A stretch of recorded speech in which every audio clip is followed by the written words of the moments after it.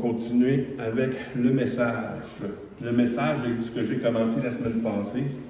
On a vu l'alliance, la nouvelle alliance. On a vu ces choses-là. Un peu, très brièvement.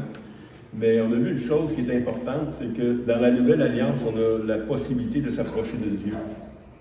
Ce que jamais dans l'histoire, avant Christ, avant Jésus-Christ, on avait le droit de faire. Si tu n'étais pas invité. Il y avait des gens qui ont été invités devant Dieu, puis ils avaient le droit de se présenter devant Dieu. Mais si tu n'es pas invité personnellement, tu ne vas pas là, sinon tu meurs. C'est la mort. Même dans le temple. Hein? Dans le temple, c'était une image. Dans le temple, tu allais dans le temple sans être invité. Même si tu étais invité, ils t'accrochaient une corde. Parce que si tu meurs là, ils pouvaient te tirer. Ils pouvaient te tirer de là. Donc, le principe. On va voir le principe, pour moi, qui est le plus important de la Nouvelle Alliance. On pourrait même parler de l'œuvre tout accomplie de Christ.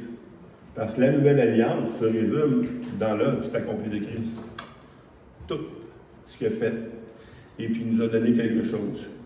David disait quelque chose, il a dit dans sa prière, j'aime bien David qui dit des choses, qui prie des choses. Et on l'a vu avec la lecture de Daniel ce matin. J'aimerais habiter tous les jours dans la maison de l'Éternel. Ce matin, on a lu. Hein? Mais Dieu a fait plus que ça. Non seulement nous, on désire aller dans sa maison, mais lui, il a fait de nous sa maison. C'est plus que... C'est pas pareil, hein? La nouvelle alliance est supérieure en toutes choses. Il a fait de nous. Et David, ce qu'il priait ici dans le psaume 51, 12, « Ô Dieu, crée en moi un cœur pur. Renouvelle en moi un esprit bien disposé. » Wow! Pourquoi David il dit à Dieu de créer en lui un cœur pur? Parce que nos cœurs à nous, il n'y a rien de... Nos cœurs sont des pécheurs. On est des pécheurs. Puis nos cœurs, même si on veut avoir quelque chose, souvent, nos cœurs, ils nous trahissent.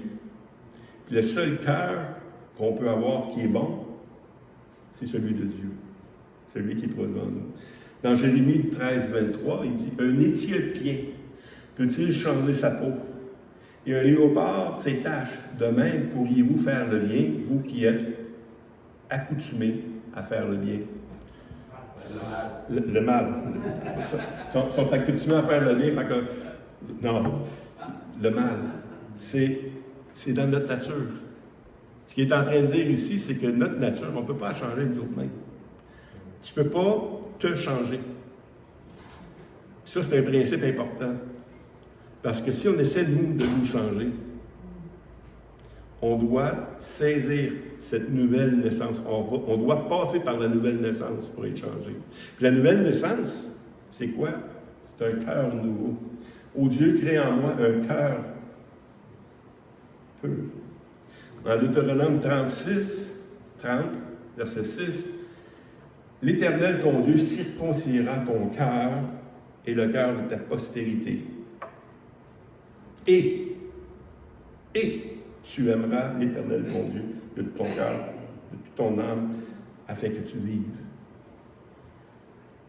Quand tu vas être circoncis, là, tu vas pouvoir l'aimer, comme ça. Sans la circoncision, on l'a chanté tantôt, parce qu'on est des chrétiens, on veut l'aimer de tout notre cœur. Ça faisait partie de la loi d'aimer Dieu de tout notre cœur, de notre pensée, mais à cause de notre nature, on est incapable. Mais Dieu crée en nous un cœur pur. Dans Jérémie 32, 38 à 40, pour revenir un peu à les choses de l'Alliance. Quand Dieu annonce la nouvelle Alliance, il dit « Ils seront mon peuple et je serai leur Dieu. Je leur donnerai un même cœur et une même voix, afin qu'ils craignent toujours, qu'ils me craignent toujours pour leur bonheur et celui de leurs enfants après eux à son journée. Je leur ferai du bien. Je mettrai mes craintes dans leur cœur afin qu'ils ne s'éloignent point de moi. » Une richesse dans ces passages-là, dans ces déclarations-là. La nouvelle alliance, là, elle produit des choses. Je traiterai avec eux une alliance éternelle, premièrement.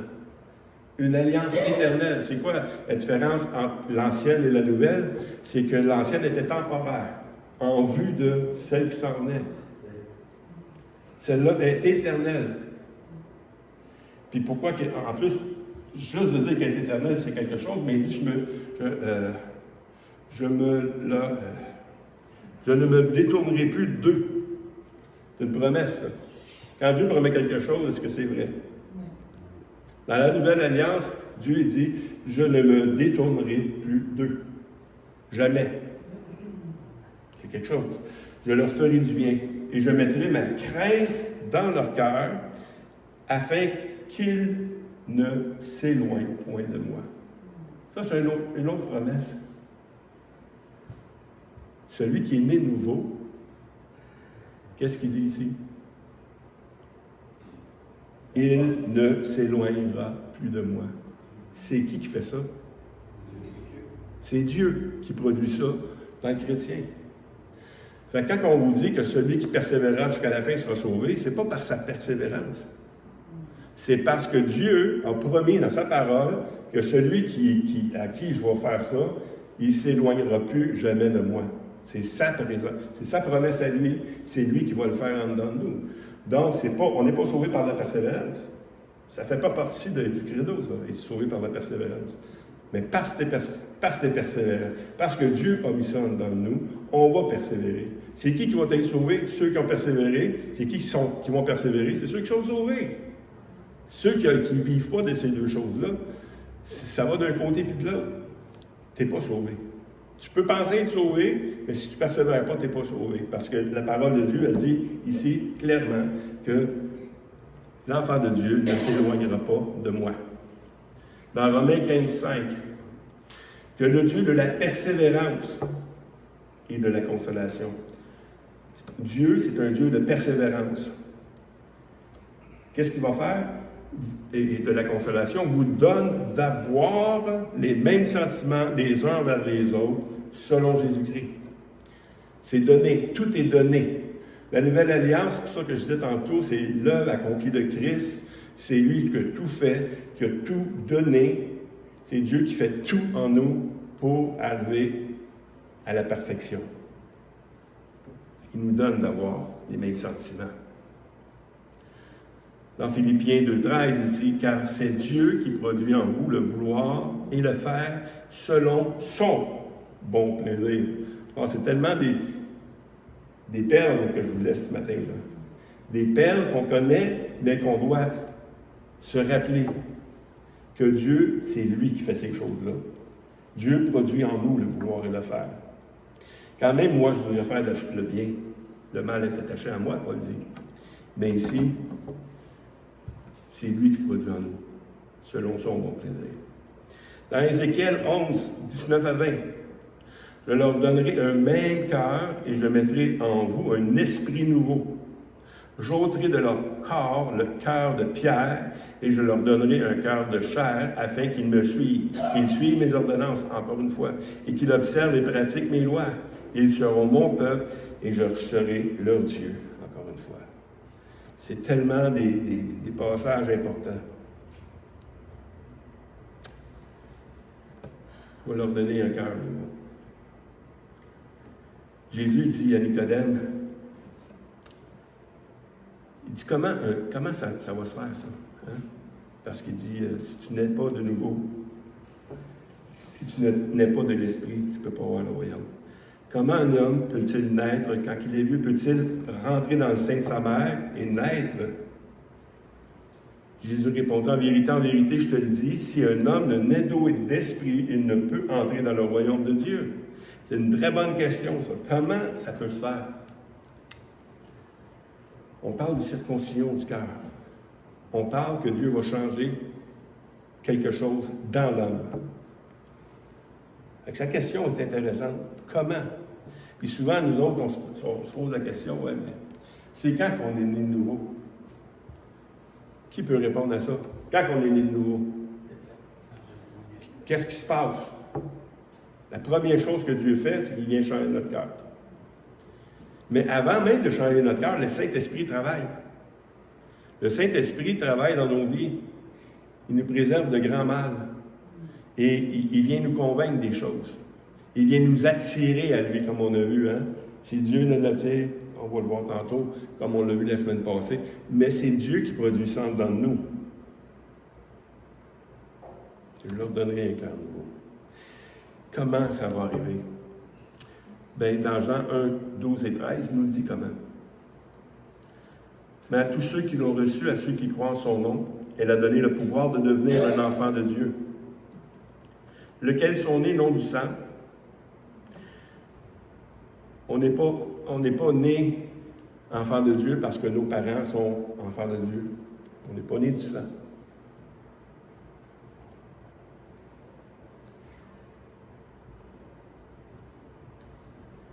Ni de la volonté de l'homme, ni de la chair, mais de Dieu. Sa volonté est Dieu. Puis ça choque beaucoup de personnes. Ça choque le monde de dire que c'est Dieu qui choisit. Il y en a même qui ont quitté l'Église ici à cause de ça, vous savez. Parce qu'on annonce ce message-là, que c'est Dieu qui choisit. Parce que si Dieu choisit, il ne choisit pas les autres. Comprenez-vous? C'est comme si Dieu est méchant s'il ne choisit pas les autres. C'est une mentalité qui peut venir dans notre tête, ça. Mais Dieu, il n'est pas tenu de sauver qui que ce soit. Il nous fait une grâce. Mais dans notre mentalité, si Dieu, c'est une ingratitude envers les autres. Non, c'est pas une ingratitude envers les autres. On mérite tous la mort. Mais Dieu nous a choisis. Il a choisi de nous sauver. Quelle grâce! Écoutez, c'est quelque chose qui est au-delà de ce qu'on peut comprendre. Là. Pourquoi nous autres? Pourquoi moi? Pourquoi chacun de nous? On était beaux. Écoutez, j'ai dit on était beaux. Tu sais, on vieillit, là, mais... L'Écriture elle-même explique ce que tu dis là, dans des détails, lorsqu'il parle des hommes, là, les ouvriers dans le journée. Oui, c'est ça. Les ouvriers de la dernière heure, c'est ça. Il donne autant aux ouvriers de la dernière heure qu'aux premiers. Pour le monde, c'est injuste. Non, Dieu n'est pas injuste. Il peut faire ce qu'il veut avec ce qu'il a. Il est bon en toutes choses. Fait que... Il y a une chanson qui dit un Dieu si grand que toi a pensé à moi. Oui, il a pensé à moi. À tous ceux qui l'ont reçu, ni la volonté de la chair, ni la volonté de l'homme, mais de Dieu, c'est sa volonté. Dans 2 Corinthiens 5, 17, si quelqu'un est en Christ, il est une nouvelle créature, les choses anciennes sont passées, voici toutes choses sont devenues nouvelles. Tellement, là, c'est ce que Dieu a fait. Il a fait de nous des nouvelles créatures. On ne le voit pas tout de suite. Hein? On ne voit pas ça, ces choses-là, tout de suite, même. Qui ici, un coup qui était sauvé, le lendemain, dit « Moi, je suis une nouvelle créature, je comprends tout. » Non, tu comprends rien. Tu comprends. Tu saisis même pas, tu sais juste, Dieu a dit ça, j'ai accepté de croire ce qu'il me dit, puis je suis devenu un enfant de Dieu. C'est tellement simple que même le monde, il dit « C'est trop simple ton affaire. Je ne peux pas accepter ça, c'est trop simple, ça se peut pas, il faut que je fasse de quoi, c'est sûr. » Non, tu n'as rien à faire. Ce qu'il y a à faire, là, c'est Christ qui l'a fait à la croix pour toi. Amen. C'était pas facile. Il est mort pour ça. Il le fait. Mais nous, on bénéficie, on profite de ce qu'un autre a fait. C'est comme un héritage qu'on reçoit. Je n'ai pas travaillé pour l'héritage que j'ai eu de mes parents. Là. Eux autres, ils l'ont fait. J'en bénéficie de l'héritage. Mais avec Christ, c'est la même chose. Il a fait de nous des nouvelles créatures. C'est le principe de la nouvelle alliance. C'est qu'avant, Dieu venait. Il te dirigeait par l'Esprit. Mais c'était temporaire. C'était pas permanent. Si Dieu se retire, tu n'es plus là. Dieu, c'est une promesse éternelle. Il est encore là. Il va le faire tout le temps. Des choses nouvelles. Faites des choses nouvelles avec nous autres, des nouvelles créatures. C'est lui qui l'a fait. Dans Jean 6, 44, 45, on l'a vu la semaine passée, mais je voulais revenir parce que C'est des choses qui sont tellement importantes. Jean 6, 44, 45. Nul ne peut venir à moi si le Père m'a envoyé ne l'attire, et je le ressusciterai au dernier jour. Il est écrit dans les prophètes, ce qu'on a vu la semaine passée, ils sont tous enseignés de Dieu, ainsi quiconque a entendu le Père et a reçu son enseignement vient à moi. Ça, c'est l'action du Saint-Esprit. Avant même qu'on soit sauvé, l'Esprit vient convaincre. C'est quelque chose, ça. On est là, nous autres, puis on essaie de se faire valoir. Tu sais. Toutes les religions enseignent qu'on doit faire des choses pour saisir Dieu. Toutes les religions. Mais le christianisme, c'est le contraire. Il dit tout ce que Dieu a fait pour saisir l'homme. Il a tout fait pour saisir l'homme. Il est même venu nous appeler. Il est même venu nous convaincre de notre état d'homme pécheur et de notre besoin. Il fait comment ça? Par le Saint-Esprit. C'est ce qui est différent avec l'Ancienne Alliance. C'est que l'homme était laissé à lui-même. Il y avait la parole de Dieu, oui, qui était enseignée par des anges, oui, mais on avait quand même, on n'était pas convaincus. Il fallait s'approcher de Dieu, puis en s'approchant de Dieu, ça nous changeait. La Nouvelle Alliance, c'est que Dieu s'approche, puis il nous change. Puis nous aussi, on a une responsabilité, mais c'est Dieu qui le veut, ça. Puis ça fait partie de ses promesses de l'Ancienne Alliance aussi. On va le voir.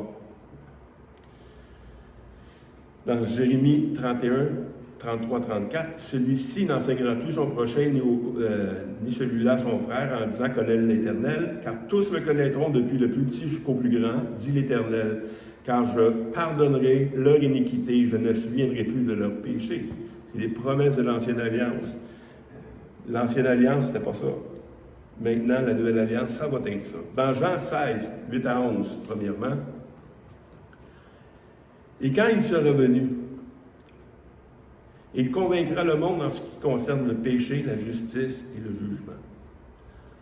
En ce qui concerne le péché, parce qu'il ne croit pas en moi.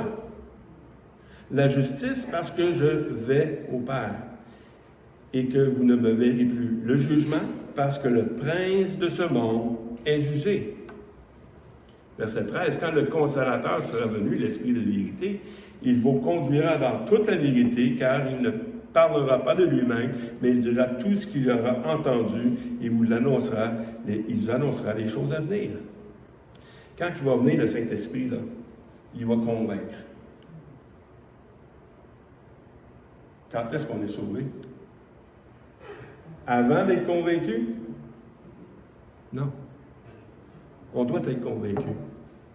L'œuvre de Dieu doit être faite avant le salut. Qu'est-ce qui vient avant? L'œuf ou la poule? Qu'est-ce qui vient avant? Le Créateur. Le Créateur. Le Créateur. On a beau essayer d'expliquer tout ça. Non, moi je cherche à Dieu, de tout. Non, oublie ça. Là. Tu ne cherchais pas Dieu. Tu cherchais à être satisfait. Tu cherchais à combler un questionnement que tu avais dans ta tête. Mais c'est Dieu qui est venu te chercher. C'est lui qui est venu faire de quoi? Par le Saint-Esprit dans ta vie. C'est ça le principe de la Nouvelle Alliance. C'est Dieu qui fait tout. Toutes choses. Il fait toutes choses. Il vous conduira. Un coup, tu as dit oui. Un coup, tu as reçu. Un coup, tu as reconnu que tu étais un pécheur, que tu as eu besoin de son sacrifice. Tu as eu besoin, il t'a fait de toi une nouvelle créature maintenant. C'est que quand tu as dit oui au Seigneur Jésus, il est venu faire son habitation dans toi. Là, la deuxième partie du verset 13 s'applique, c'est que là, il va t'enseigner toutes choses. Mais pas juste lui. Le Saint-Esprit ne travaille pas tout seul.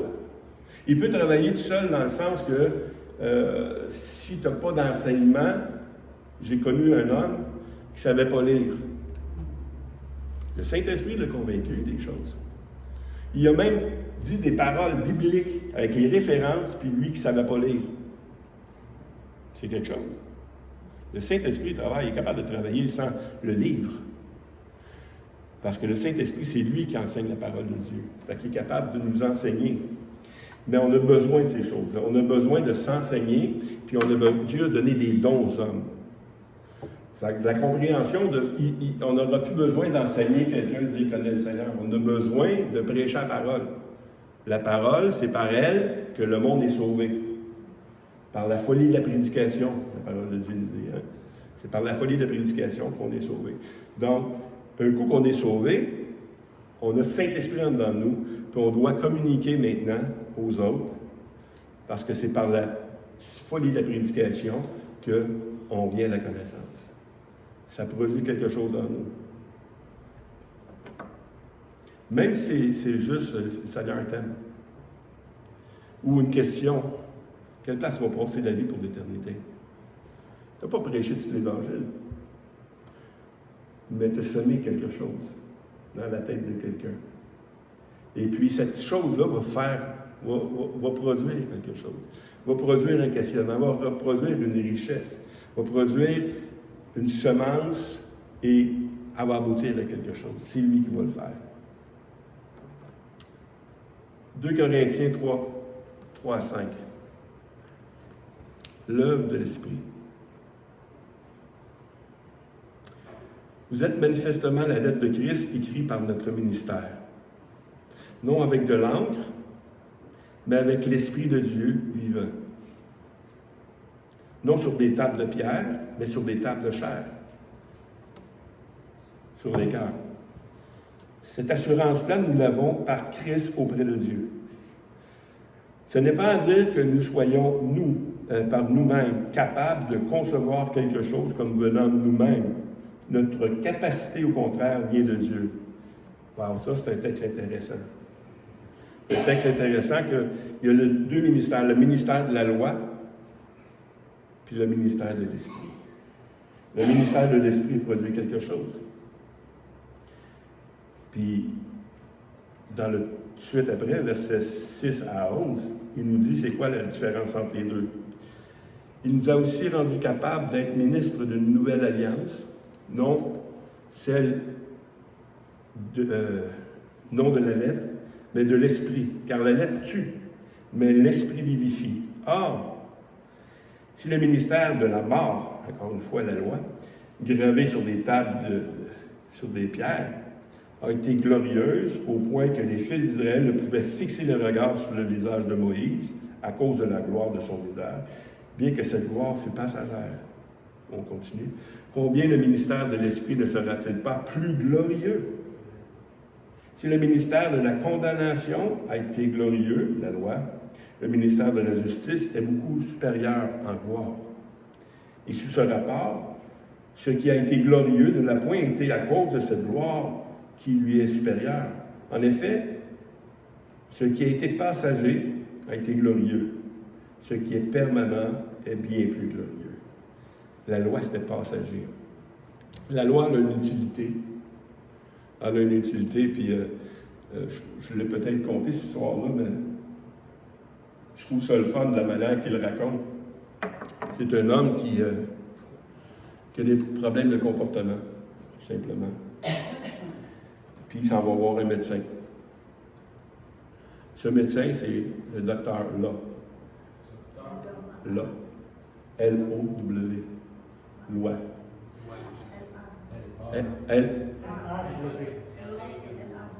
L-A-W. Ça, pas ça que j'avais dit? A-L-A-W. Et puis, il s'en va voir ce médecin-là. Fait que là, qu'est-ce que tu vas voir? Quand tu vas voir le médecin, tu vas avoir un diagnostic. Hein, tu veux savoir c'est quoi que tu as. Puis après avoir exposé tout ce qu'il disait, il dit, écoute, je ne sais pas qu'est-ce que j'ai, je m'en vais, où est-ce que je ne devrais pas aller. Je prends ce que je ne devrais pas prendre. Je regarde ce que je ne devrais pas regarder. J'ai un problème, tu sais. Il dit, oui, je comprends. Il dit, je comprends ton problème, puis je sais c'est quoi. Il dit, le problème, c'est ton cœur. Mon cœur, mais non, mon cœur, il n'y a rien à voir là-dedans. Mon cœur, c'est mes pieds. Regarde mes pieds, c'est eux autres qui m'emmènent, tu sais. C'est mes mains ou c'est mes yeux. Tu sais, c'est ça mon problème. Non, c'est ton cœur. OK. Qu'est-ce qu'on va faire? Fait que si tu sais c'est quoi mon problème, tu vas pouvoir me guérir. Il dit non, je ne peux pas te guérir. Je ne peux pas te guérir parce que l'issue de ça, ça va être la mort. Je vais mourir. Ben, pas nécessairement. Je vais te faire rencontrer un autre médecin. Le docteur Grace. Parce que la loi ne peut pas rien faire. Il est obligé d'envoyer un autre docteur. Le docteur Jésus. Le docteur de la grâce. Lui peut changer ton cœur. Puis en changeant ton cœur, tes problèmes vont être changés. Parce que c'est ça l'histoire. C'est la grosse nouvelle de la nouvelle alliance. Notre nature qui nous suit tout le temps et qui nous emmène dans toutes sortes de choses, elle ne peut être changée par cette circoncision-là, comme on a vu au début.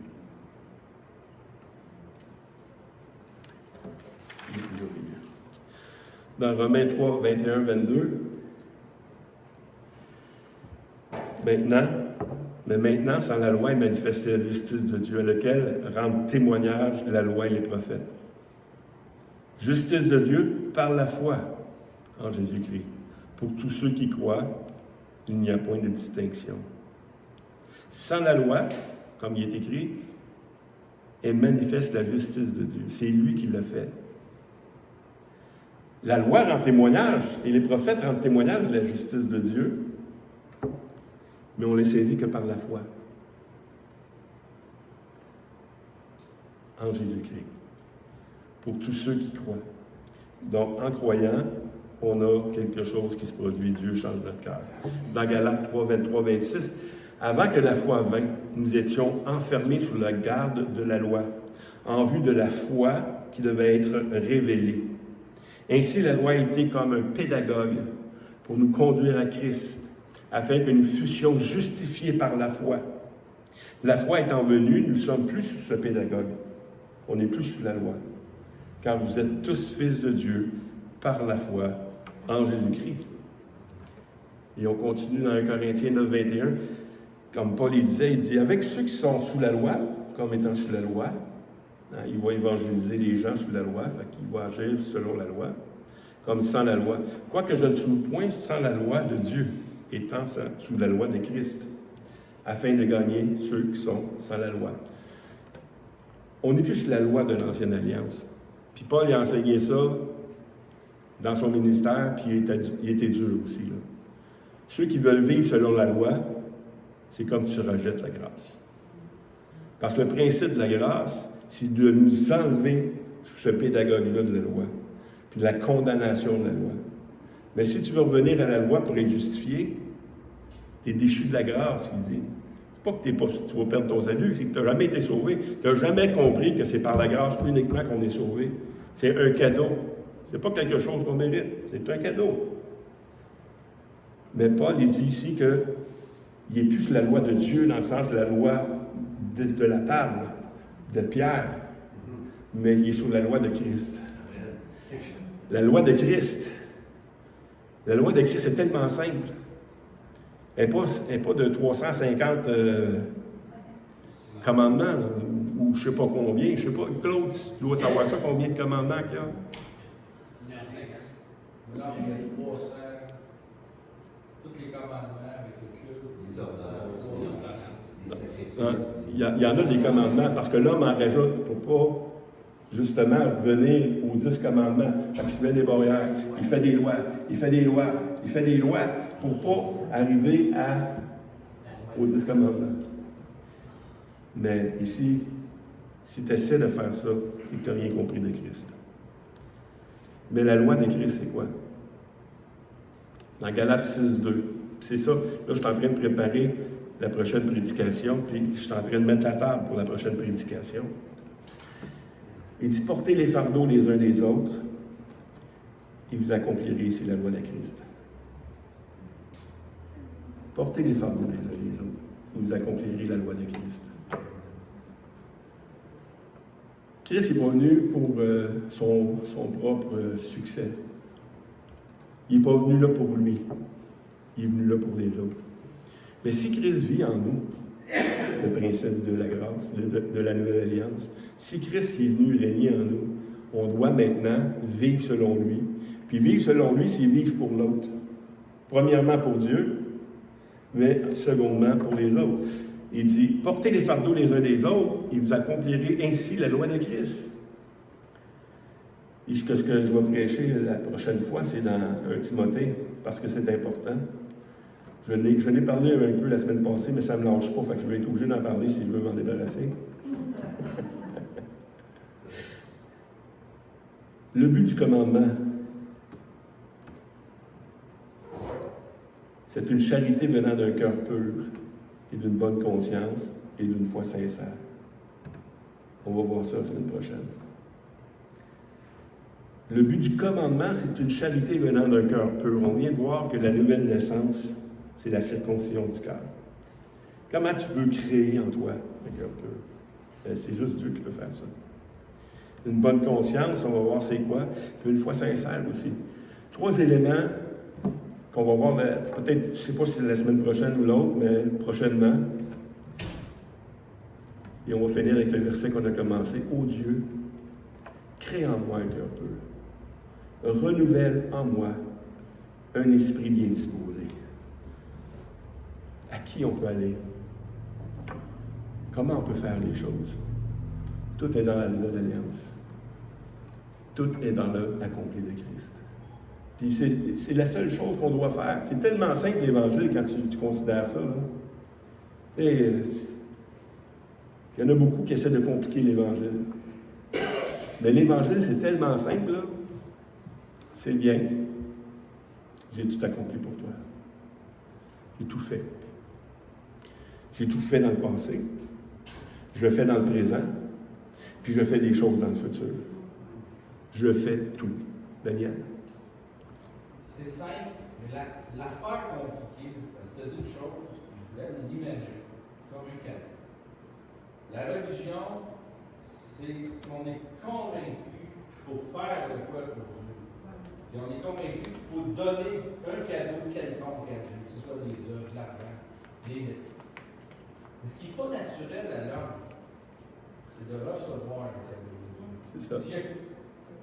C'est quoi à faire? Parce que souvent, dans l'acte, que devons-nous faire? Bien, le faire qu'on doit faire, c'est recevoir. C'est comme l'action participative. C'est comme reçois l'œuvre d'un autre, reçois le cadeau de Dieu. Ouais. Naturellement, on est ses œuvres, on cherche une gloire humaine. Depuis la chute, là, c'est ça, notre justice est totalement corrompue. D'accepter que Dieu, ça, c'est pas naturel. Non. Ça a même un niveau. C'est comme Pasteur Jeff a prêché là-dessus la semaine passée au Saguenay. C'est ça, c'est... On doit devenir comme des enfants. Puis il a pris l'exemple d'un enfant qui était là. Il dit, si je te donne un cadeau, es-tu mal à l'aise que je t'en donne un autre? Puis un autre. Un enfant, là, tu vas lui donner des cadeaux, là, puis il va tout les déballer, hein? Mais l'adulte, lui, comme Daniel l'a dit, il va réfléchir. Si je lui donne un cadeau, c'est quoi qui est attaché après ça? Qu'est-ce qu'il va falloir que je fasse en échange? Hein? Surtout quand tu reçois un cadeau inestimable comme le salut. Tu sais, j'ai dans ma famille des gens riches quand même. Puis quand ils me donnent un cadeau, je me sens mal. Parce que je ne peux pas lui donner un cadeau à la mesure du cadeau qu'il me donne. Parce que je n'ai pas les moyens de leur donner ce cadeau-là. Je ne peux pas rembourser ou je ne peux pas égaliser le cadeau. Mais avec Christ, c'est ça. Si tu ne deviens pas comme un enfant, juste en recevant, sois juste simple comme un enfant. Puis c'est ça la réalité, c'est ça la beauté de l'Évangile. C'est que, j'ai un ami, là, j'ai emmené une campagne d'évangélisation. Et puis, il a entendu le message. Comment il s'appelle? Tu sais, celui qui a remplacé à Plessisville, là, qui venait de Madagascar. Miara. C'est lui qui donnait son témoignage au déjeuner de l'espoir. Puis Miara, il n'a pas la langue dans sa poche quand il prêche l'Évangile, il prêche pour de vrai. Il n'essaie pas de convertir les gens sans qu'ils s'en aperçoivent. Il dit la vérité. Et puis, lui il était là, puis ça se peut pas. C'est trop simple ton affaire. Lui qui a battu du monde toute sa vie, il collectait pour les Hells, il faisait des...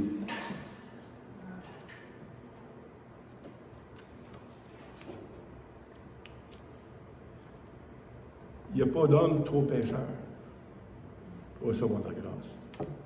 Pour la loi, il y en a 613. 613, ouais, c'est ça. Le 110, c'est plus que ça. Là, ce que je sais, ça c'est par la loi, dans l'Ancien Testament. Oui, c'est ça. Puis, ils en ont, c'est à part le à 10, ils ont mis 10 commandements. Puis, je les ai combattus. C'est parce que je disais, nous savons que la loi est bonne pourvu qu'on en fasse un bon usage. Oui. Pourvu qu'on en fasse un bon usage. Ça n'a pas compris votre question. Ça, c'est bon, là. Ouais. Donc, le Seigneur il fait des grandes choses, mais il n'a pas fini de les faire. Puis il veut se servir de nous. Que Dieu sauve par la folie de la prédication, ça aussi, ça... Pourquoi il fait ça, le Seigneur? Il nous a donné le mandat. Il aurait pu envoyer des anges, il aurait pu envoyer les plus smart de nous autres. Même pas, il prend le plus fou. Les moins intelligents. Parce que l'important pour le Seigneur, comme on va voir la semaine prochaine, t'as-tu le cœur? Le but du commandement, c'est une charité venant d'un cœur pur. Si tu agis selon cette nouvelle nature-là, si tu agis selon ce que Christ a créé en dedans de toi, tu vas pouvoir l'accomplir. C'est la seule chose que Dieu nous demande de faire. Puis bizarrement, des fois, on va prêcher l'Évangile comme moi. Quand je prêchais l'Évangile au début de ma vie chrétienne, je voulais absolument gagner mon point. Mon but, là, c'était de déballer mon sac devant la personne pour y présenter l'Évangile, les 5 points de l'Évangile. Écoute, là, les 5 points de l'Évangile, la soeur, fais ce que tu veux avec. Que tu ailles en enfer ou que tu sois au ciel, moi, ça ne me dérange plus. Là, je t'ai prêché l'Évangile, j'ai soulagé ma conscience. Non, non. On est fous de même. Mais Dieu, il cherche un bon cœur.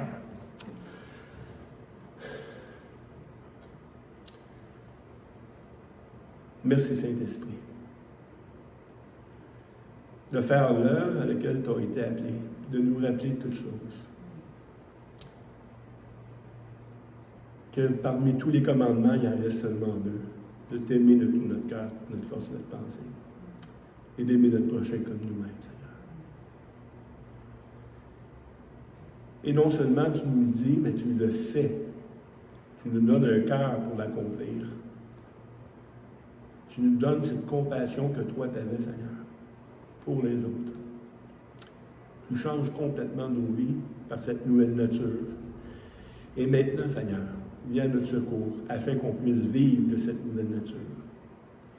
Qu'on puisse vivre de ces vérités, ces promesses que tu nous as données dans cette nouvelle alliance. Afin qu'on ne compte plus sur nous-mêmes, mais qu'on puisse compter sur toi, sur tout ce que tu as fait. Fais de nous des gens qui sont vrais, Seigneur, d'un cœur pur, avec une bonne conscience également, Seigneur. Qu'on n'arrive pas devant toi honteux de ne pas avoir accompli ce qu'on devait accomplir. Et augmente notre foi pour qu'on puisse y aller avec cette assurance, Seigneur. Cette assurance que ce que nous allons faire va produire du fruit pour ta gloire. Que nos vies te glorifient, Seigneur. Bénis-nous cette semaine, encore une fois, comme tu le fais toujours, mais rappelle-nous qui nous sommes en Jésus-Christ.